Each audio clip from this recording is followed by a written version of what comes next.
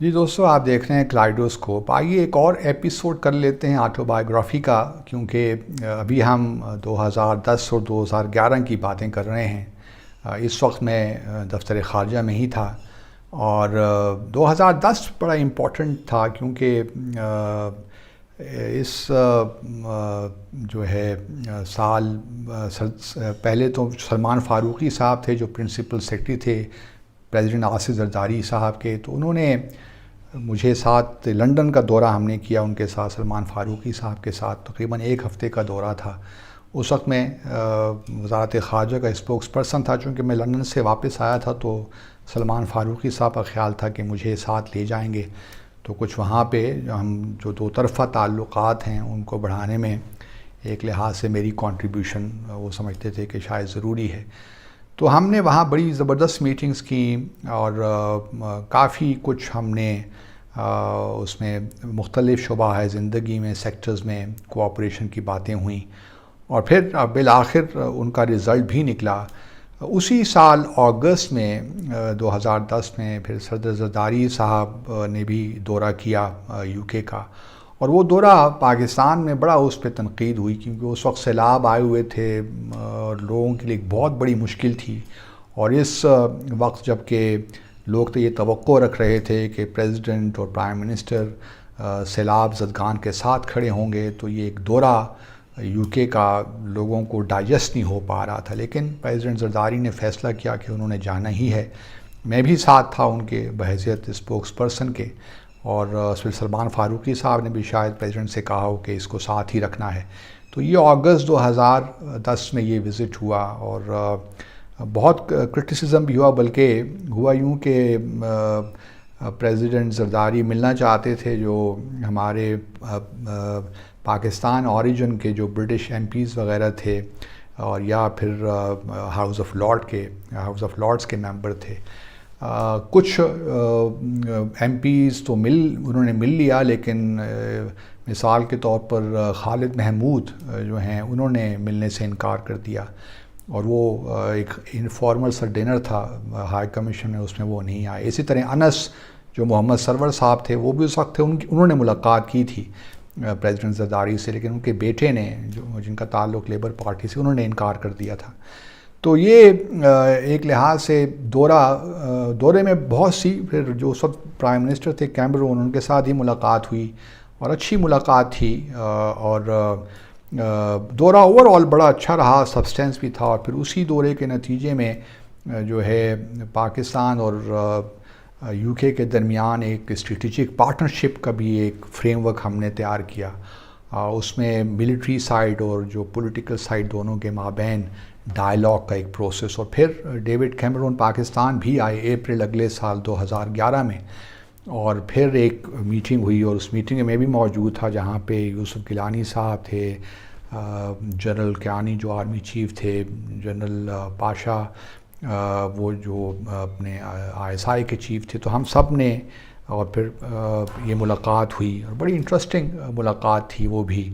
تو ایک لحاظ سے تعلقات جو ہے آگے بڑھ رہے تھے، اور بھی یو کے آپ سب جانتے ہیں کہ ایک امپورٹنٹ ملک ہے پاکستان کے لیے، خاص طور پہ تاریخی اعتبار سے بھی، پھر ہمارا ڈائسپورا تقریباً 2 ملین کے قریب ہے، اور وہاں سے ریمیٹنسز بھی آتی ہیں ہمارا، اور پھر کشمیری وہاں پہ بہت ہیں، اور میں تو یہ سمجھتا ہوں کہ پاکستان کو کافی جو ہے انویسٹ کرنا چاہیے ان دا سینس اپنی ڈپلومیسی میں، جہاں تک یو کے کا تعلق ہے۔ گو کہ ہماری وہاں پہ 4 کانسلیٹس جنرل بھی ہیں، لیکن ہم ابھی تک صحیح معنوں میں موبلائز نہیں کر پائے اپنی وہاں جو ڈائسپورا ہے، ہماری کمیونٹی ہے، حالانکہ بڑے زبردست لوگ ہیں وہاں پہ کشمیری اور پاکستانی، اور بڑا تعاون بھی کرتے ہیں۔ جب بھی آپ ان کو کوئی کال دیتی ہے سفارت خانہ یا کانسلیٹ، تو وہ نکلتے ہیں باہر۔ میں نے خود ذاتی طور پہ یہ ایکسپیرینس کیا 2005 میں، جب کشمیر میں زلزلہ آیا تھا، تو کس طرح ہم نے فنڈ ریزنگ وہاں پہ کی تھی، تو امیزنگ، اور ہر ایک نے بڑھ چڑھ کر اس میں حصہ لیا تھا، اور ہم نے ملینز کے حساب سے وہاں فنڈز ریز کیے تھے۔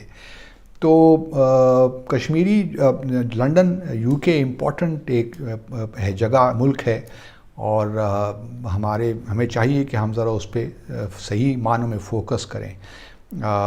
تو یہ 2010 میں یہ واقعات ہوئے. پھر 2011 میں نے پہلے بھی ذکر کیا ریمنڈ ڈیوس کا معاملہ ہوا. پھر قریشی صاحب نے استعفیٰ دیا, مجھے بھی وزارت خارجہ کے ترجمان کی حیثیت سے ہٹا دیا گیا. پھر اس کے بعد 2011 میں ایک اور بڑا 26 نومبر 2011 کو سلالہ کا واقعہ ہوا, جس میں 24 ہمارے فوجی جوان مارے گئے. سلالہ پوسٹ جو تھی یہ پاکستان افغانستان بارڈر پہ, تو اس کے ریاکشن میں پاکستان نے جو جی لاکس تھا, گراؤنڈ لائنز آف کمیونیکیشن جو ترسیل ہو رہی تھی, سپلائی جو ہمارا جو روڈز استعمال کر رہے تھے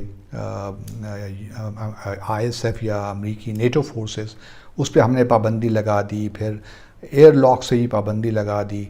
اور تقریباً اور ہمارا مطالبہ یہ تھا کہ جو یو ایس ہے وہ اس اٹیک کی جو ہے ذمہ داری قبول کرے اور پبلکلی ہم سے اپولوجائز کرے, معافی مانگے.